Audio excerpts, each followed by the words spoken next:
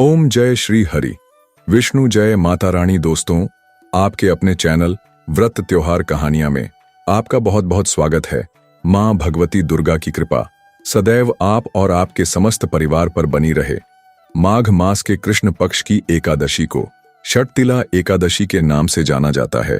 षटतिला एकादशी जैसा कि नाम से ही पता चलता है, तिल अर्थात 6 प्रकार से तिलों का प्रयोग करने की वजह से इस एकादशी को षटतिला एकादशी कहा गया है।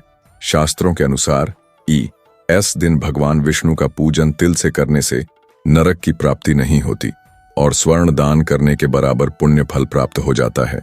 एकादशी की तिथि कब प्रारंभ हो रही है, कब समाप्त हो रही है, व्रत आपको कब धारण करना है और पारण करने का यानी कि व्रत खोलने का शुभ मुहूर्त क्या है, आज के दिन किस प्रकार से भगवान श्री विष्णु की पूजा आराधना करनी चाहिए, कौन से उपाय करने चाहिए और किस प्रकार से 6 प्रकार से आप तिलों का प्रयोग कर सकते हैं, संपूर्ण जानकारी आपको आज की वीडियो में शेयर करने वाली हूं। तो वीडियो बहुत महत्वपूर्ण है, पूरा जरूर देख लीजिए।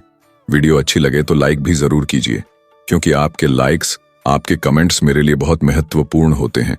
यही एकमात्र जरिया है जिनसे मुझे पता चलता है कि आपको ये वीडियो अच्छी लगती है और आपके लिए यह वीडियो उपयोगी है। तो अगर वीडियो अच्छी लगे तो लाइक तो जरूर कीजिए। तो सबसे पहले जानते हैं कि षटतिला एकादशी के दिन किस प्रकार से आप तिलों का प्रयोग कर सकते हैं। देखिए, 6 प्रकार से तिल का प्रयोग आज के दिन किया जाता है।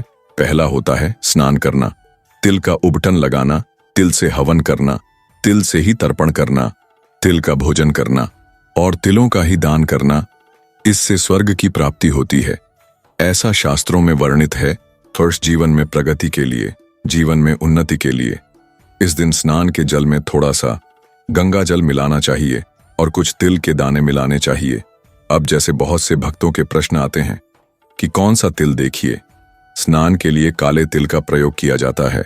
ऐसा कहते हैं कि काले तिल अगर हम जल में डालकर स्नान करते हैं तो पापों से मुक्ति मिल जाती है, रोगों से मुक्ति मिल जाती है, किसी भी प्रकार की नकारात्मक ऊर्जा हो, चाहे विचारों में हो या फिर शरीर में हो, किसी के किए कराए का भी प्रभाव हो तो भी समाप्त हो जाता है।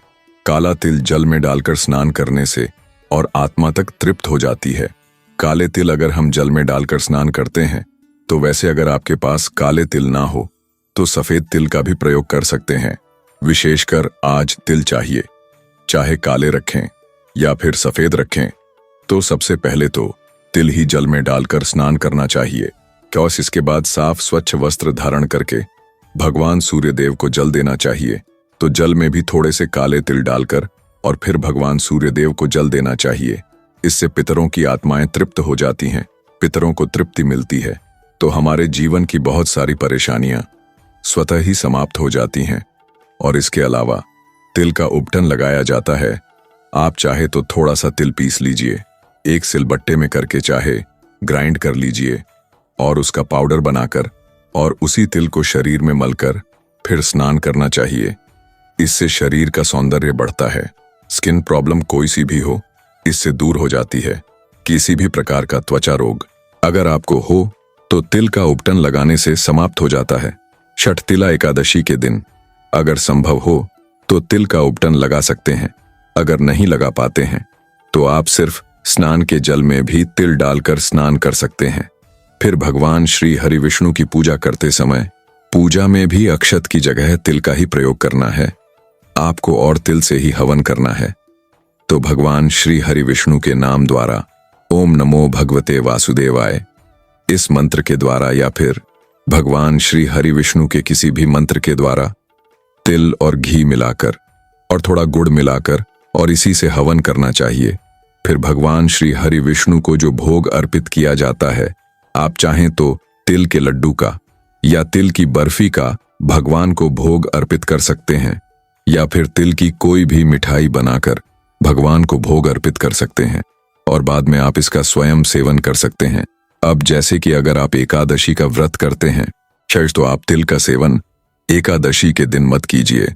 द्वादशी के दिन पारण करते समय भगवान का जो भोग है वही आप पारण में पहले तिल खा लीजिए, उसके बाद से आप भोजन कर सकते हैं। शुद्ध और सात्विक तो ये तिल का सेवन हो गया। अब तिल का दान भी करना अत्यंत आवश्यक होता है आज के दिन। तो जब आप दान करेंगे द्वादशी को, तो दान की सामग्री के साथ ही तिल या फिर तिल से बनी हुई मिठाइयों का भी दान करना चाहिए। एकादशी तिथि का प्रारंभ हो रहा है 24 जनवरी को शाम को 7:25 पर और एकादशी की तिथि समाप्त हो रही है 25 जनवरी की रात्रि में 8:31 पर। तो सूर्योदयकालीन एकादशी की तिथि हमें प्राप्त हो रही है 25 जनवरी 2025 को। इसलिए साल 2025 में षटतिला एकादशी का व्रत हम धारण कर रहे हैं। 25 जनवरी को दिन होगा शनिवार का। षटतिला एकादशी के दिन सूर्योदय काल का समय होगा सुबह 7:01 पर और सूर्यास्त का समय होगा शाम को 6:05 पर। राहु काल नोट कर लीजिए। इस समय में कोई भी शुभ कार्य नहीं करना चाहिए। तो राहु काल का समय है सुबह 9:56 से सुबह 11:01 तक। अब कुछ विशेष शुभ मुहूर्त हैं आज के, जैसे कि अभिजीत मुहूर्त दोपहर में 12:01 से दोपहर में 1 बजे तक रहेगा। अभिजीत मुहूर्त में आप कोई भी शुभ कार्य कर सकते हैं। अच्छा, ब्रह्म मुहूर्त में स्नान किया जाता है। एकादशी के दिन तो ब्रह्म मुहूर्त का समय रहेगा सुबह 5:36 से सुबह 6:24 तक। एकादशी व्रत का पारण हमेशा द्वादशी तिथि में किया जाता है। तो द्वादशी तिथि प्रारंभ हो रही है 25 जनवरी की रात्रि में 8:32 पर और समाप्त होगी 26 जनवरी को रात्रि में 8:55 तक। तो एकादशी व्रत के पारण का शुभ मुहूर्त है 26 जनवरी 2025 को, यानी कि रविवार के दिन सुबह 7:02 से सुबह 9:34 तक।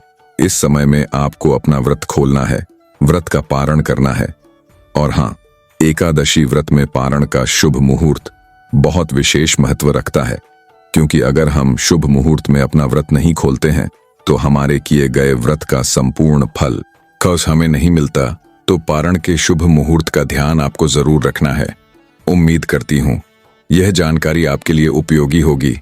इसके अलावा व्रत की कथा, संपूर्ण पूजा विधि और जैसे ही एकादशी आती है उससे पहले मिल जाएगी। तो चैनल से जुड़े रहिए ताकि सारी जानकारी आपको सही समय पर प्राप्त हो। मिलती हूँ मैं आपसे अगली वीडियो में।